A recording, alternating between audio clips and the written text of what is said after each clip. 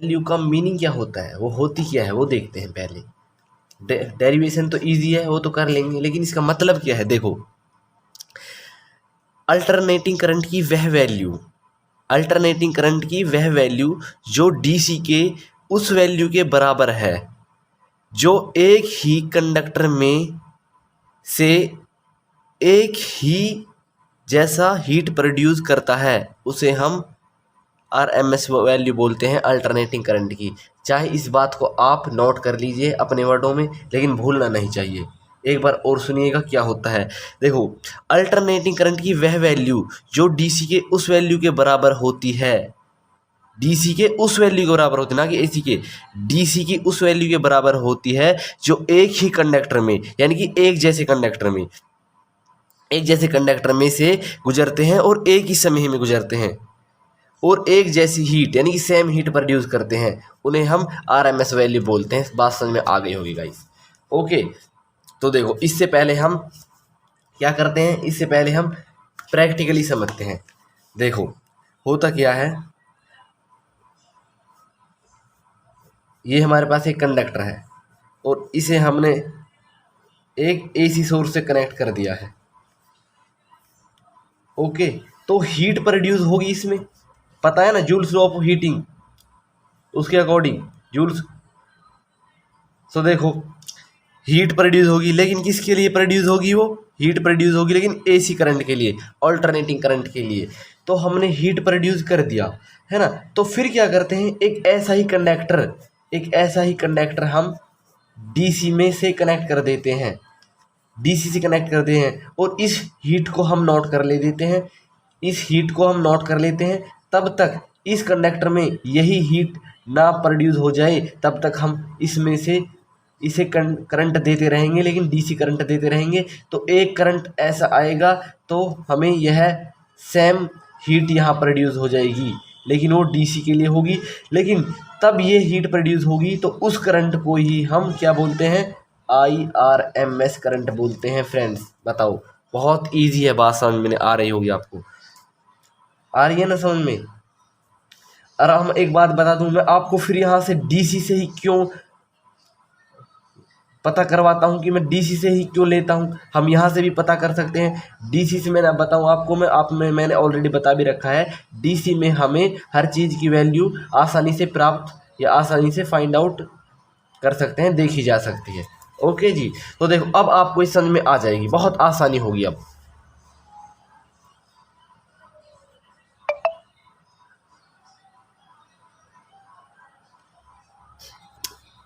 देखो, root mean square value of alternating current. It is defined as the value of steady current which would generate same amount of heat as it generated by alternating current in the same circuit for full time period। ये वहाँ पर था T/2 यानी कि half के लिए, यहाँ पर था फुल। तो मैं क्या कहना चाहता हूँ, देखो, it is defined as that, यह परिभाषित है कि स्टेडी यानी alternating current, value of alternating current which would generate, जब जनरेट होगी सेम अमाउंट ऑफ हीट, जो कि सेम अमाउंट की हीट के लिए जनरेट होगा, सेम अमाउंट हीट के लिए जनरेट होगा एज इट, और ऐसा कि it generated by alternating current in the same circuit, और फिर यह हमको ऐसा ही जनरेट करना पड़ेगा सेम सर्किट में, सेम सर्किट में फिर जनरेट करना पड़ेगा, लेकिन for the full time period, full time period के लिए करना पड़ेगा। गाइस बात समझ में आ रही है, ठीक है। ओके जी, तो देखते हैं अब डेरिवेशन देख लेते हैं। डेरिवेशन ये ही मैन होता है फ्रेंड्स,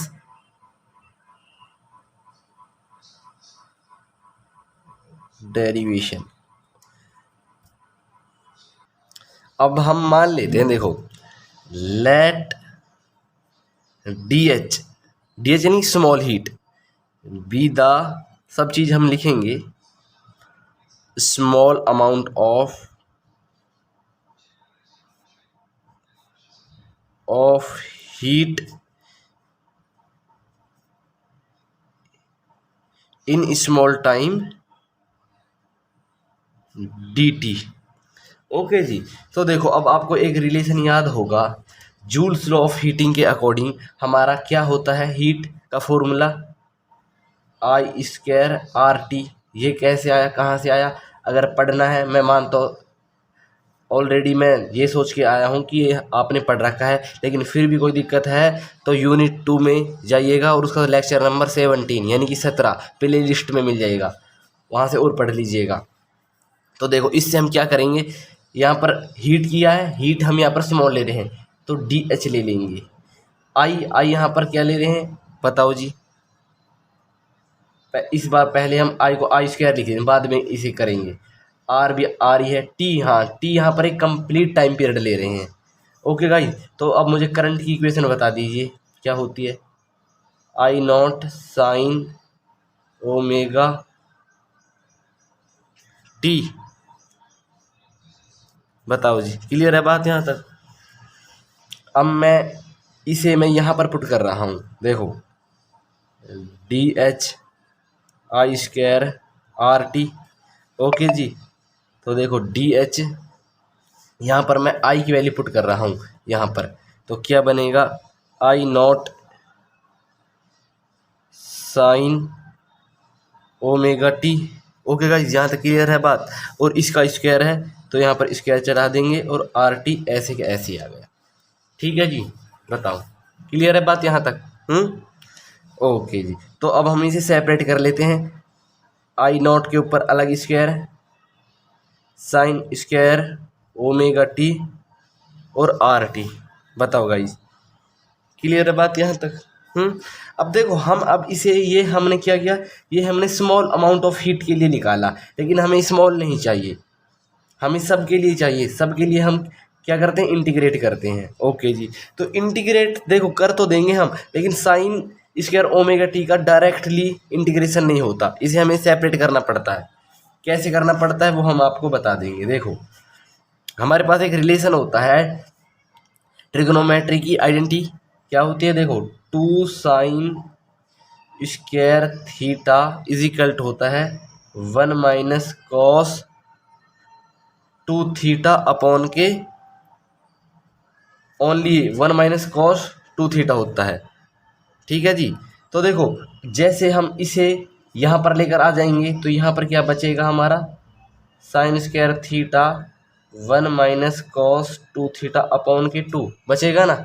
इस 2 को हम यहाँ पर लेकर आएंगे, तो अब क्या है, थीटा हमारा यहाँ पर ओमेगा टी है, ओमेगा टी को हम यहाँ पर पुट कर देंगे तो क्या बनेगा, देखो साइन स्क्वायर ओमेगा टी और यहाँ पर भी 1 minus cos 2 omega T upon K 2। बताओ भाई, तो साइन स्क्वायर ओमेगा टी की जगह हम ये पुट कर सकते हैं, यहाँ पर कर सकता हूँ मैं? ओके जी, तो ठीक है,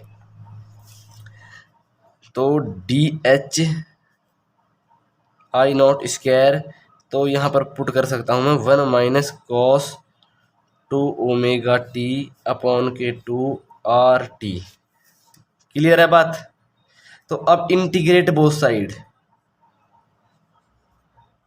अब कर देंगे हम इंटीग्रेट बोथ साइड। ठीक है जी, तो देखो डी एच इसकी क्या से कहाँ तक लिमिट, 0 से h तक है। ऐसे ही इसके 0 से कंप्लीट टाइम पीरियड है ना, वहां पर तो t/2 होता था। और क्या है, I not square 1 minus cos 2 omega T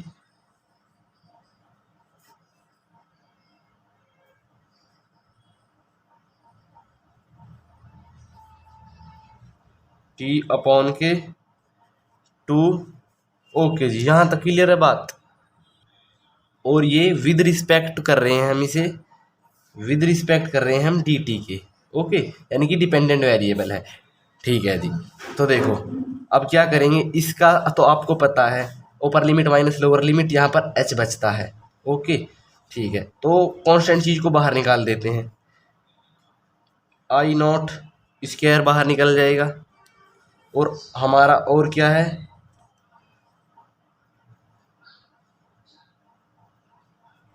और यहाँ पर हमारा आर था एक,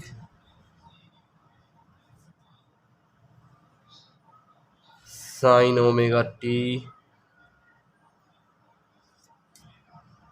सो स्टूडेंट्स एक यहाँ पर छोटी सी मिस्टेक हुई थी। देखो हमने साइन स्क्वायर ओमेगा टी की जगह तो हमने ये पुट कर दिया था ये कंप्लीट, लेकिन हमने आर टी नहीं लिखा था।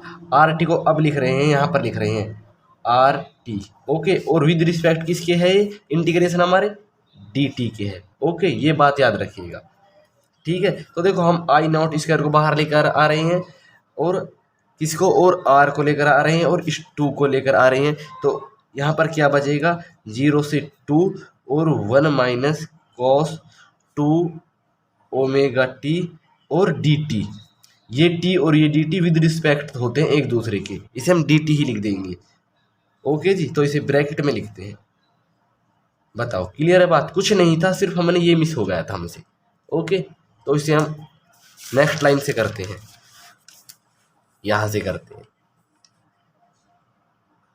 इस इक्वेशन को हम यहाँ पर लिख देते हैं। क्या थी वो, देखिएगा, वो थी हमारी H I not square R upon 2 और इंटीग्रेशन था 0 से टी तक 1 minus cos 2 omega T into के डी टी। ठीक है जी, तो अब हम यहाँ से इसका 1 का एक अलग करेंगे और कॉस 2 ओमेगा टी का अलग इंटीग्रेशन करेंगे। कैसे, देखिएगा,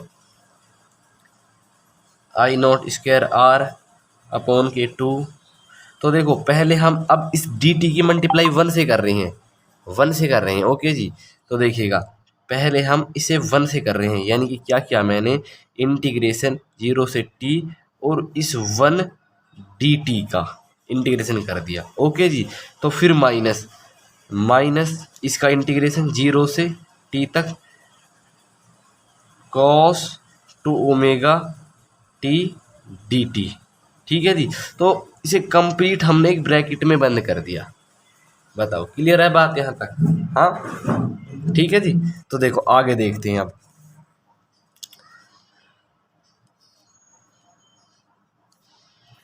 इसे लिख देते हैं I not square R upon 2। तो देखो 1 डी टी का हमेशा इंटीग्रेशन होता है टी। ओके जी, तो इसका इंटीग्रेशन हो जाएगा टी और लिमिट होगी 0 से टी तक। हालांकि टी आएगा, लेकिन हम आपकी तसल्ली के लिए लिख दिया है। ओके जी, तो देखो अब इसका इंटीग्रेशन क्या होगा, बताओ इसका इंटीग्रेशन क्या होगा। मैंने बताया है डिपेंडेंट वेरिएबल क्या है, यहाँ पर टी है। कैसे पहचानते हैं, जो डी टी यानी कि जो डी एक्स यानी कि जो डी के पीछे होता है उससे पहचानते हैं, यानी कि डिपेंडेंट वेरिएबल ये है। अगर डी ओमेगा होता तो हमारा डिपेंडेंट वेरिएबल ओमेगा है, फिर ओमेगा के साथ जो कोफिशिएंट होता उसे अपॉन में लिखते हैं। बात समझ में आ रही है गाइस, बताओ ठीक है ना। तो देखो यहाँ पर माइनस है तो इसे ब्रैकेट में लगा देंगे। कॉस का इंटीग्रेशन क्या होता है, कॉस का इंटीग्रेशन होता है साइन 2 ओमेगा, ऐसे के ऐसा ही रहेगा। और इसका कोफिशिएंट क्या है, टी का 2 ओमेगा है, ये हमने यहाँ पर लिख दिया। और लिमिट है 0 से टी तक। क्लियर है बात यहाँ तक, कुछ भी नहीं किया। ओके जी, तो अब देखो आई नॉट स्क्वायर आर अपॉन 2 और इसमें लिमिट पुट करेंगे टी माइनस 0। अब ऐसे ही हम 2 ओमेगा को बाहर लिख सकते हैं क्या, ऐसे लिख सकते हैं, ऐसे लिख सकते हैं इसे। ओके जी, तो फिर यहाँ पर क्या बचेगा, साइन 2 ओमेगा और लिमिट 0 से टी तक। क्लियर है बात यहाँ तक। और ये टी हमारी ऐसे के ऐसा ही साथ चल रहा है, ये टी भी हमारी साथ चल रही है। ठीक है ना, यहाँ से टी आ रही है ना, ठीक है।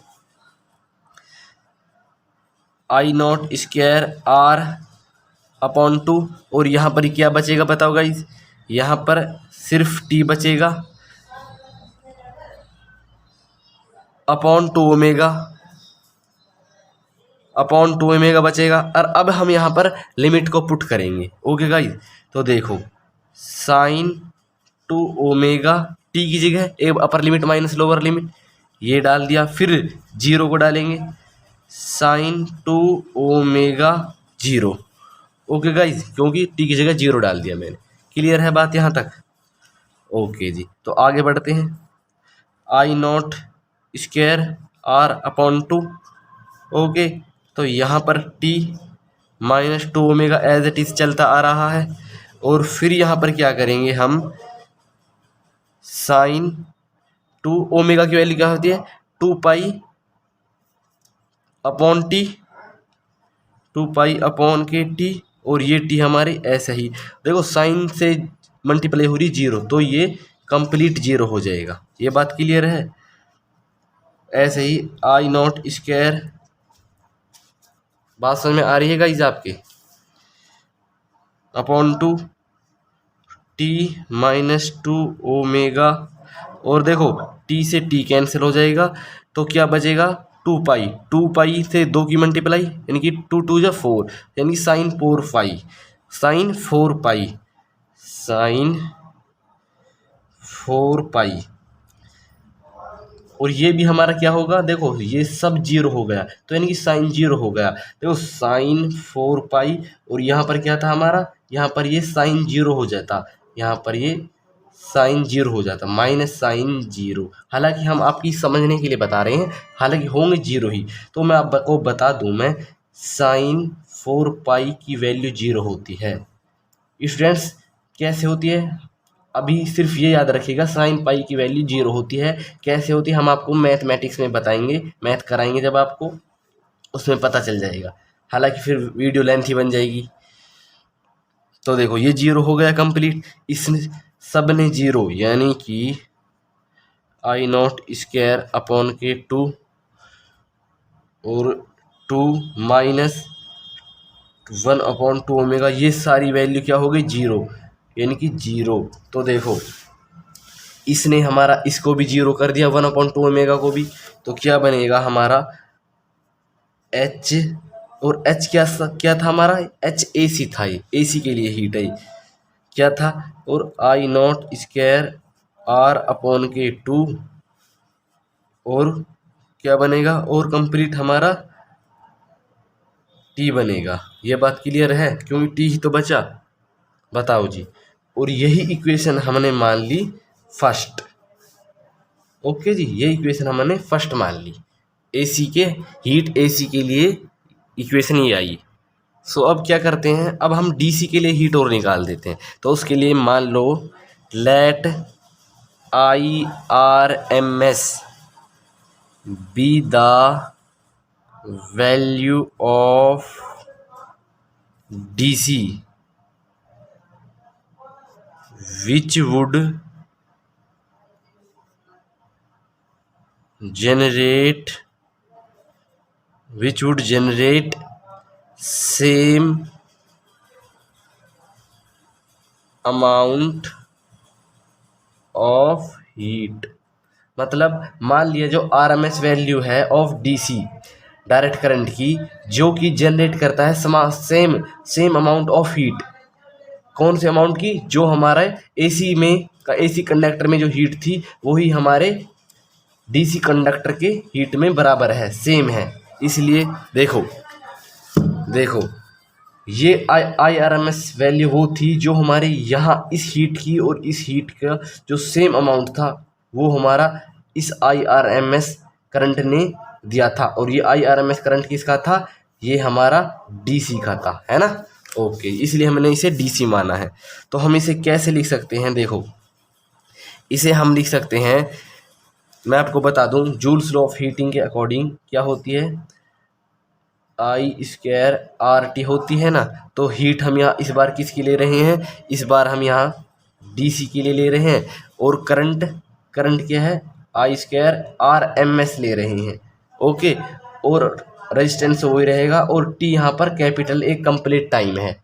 ओके, तो हम इसे लिख देंगे यहाँ पर H D C I square R M S और R M S R T. ये इक्वेशन हमारी कैसे आई पता चल गया आपको, इक्वेशन 2 मान लेते हैं। ओके, तो देखो हमारा क्या है, एच डी सी है और हीट ए सी है, ये बराबर है क्योंकि सेम अमाउंट ऑफ हीट थी, बराबर थी। तो इक्वेलेट कर देंगे हम, इक्वेशन 1 एंड 2। ओके जी, तो कर देते हैं। देखो पहले हम क्या कर रहे हैं, पहले हम इसे लिख रहे हैं डीसी की, क्या होता है I square R M S R T, और उसका क्या था I not square, I not square R T upon K 2। देखो आर से आर, टी से टी कैंसिल आउट, तो क्या बचा I square R M S value बचा और आई नॉट स्क्वायर अपॉन के 2 बचा, ये बचा ना। तो हमें तो सिर्फ I R M S value चाहिए थी, ना कि I square R M S. तो स्क्वायर को हटाने के लिए क्या कर देंगे, स्क्वायर रूट लगा देंगे। क्यों लगा देंगे, क्योंकि स्क्वायर रूट से ही स्क्वायर कैंसिल आउट हो जाते हैं। ओके जी, square root on both side,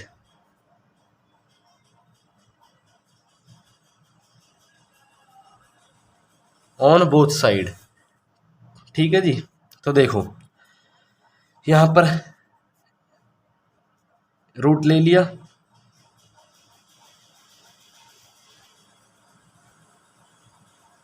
upon K 2, तो यहाँ पर भी कंप्लीट रूट ले लिया। ओके जी, तो स्क्वायर से root cancel out, cancel out, तो यहाँ पर क्या बचा, यहाँ पर बचा I R M S value, और यहाँ पर आई नोट बचा सिर्फ। और यहाँ पर क्योंकि हम स्क्वायर, देखो स्क्वायर आई के पास था ना कि 2 के पास, 2 के पास तो रूट ऑलरेडी रहेगा। ओके, तो अब हम इसे मैथमेटिकली इसकी वैल्यू क्या आएगी, इसकी वैल्यू आएगी, देखो आई नॉट और रूट 2 की वैल्यू क्या होती है बताओ जी, रूट 2 की वैल्यू होती है 1.440। ओके, तो अब हम इसे अगर ऊपर इसे इसका डेसिमल हटाएं तो पॉइंट का 1 लेते हैं, उसके पास पीछे जितनी जीरो, जितने उसके पास अंक उतना ही जीरो। तो देखो 1 2 हज़ार आ गया, यानी कि तो 1414। ओके, और आई नोट हमारा पीछे ही। तो इसे सॉल्व करेंगे फ्रेंड्स, सॉल्व करने के बाद जो वैल्यू आएगी देखना, आप कर सकते हो आई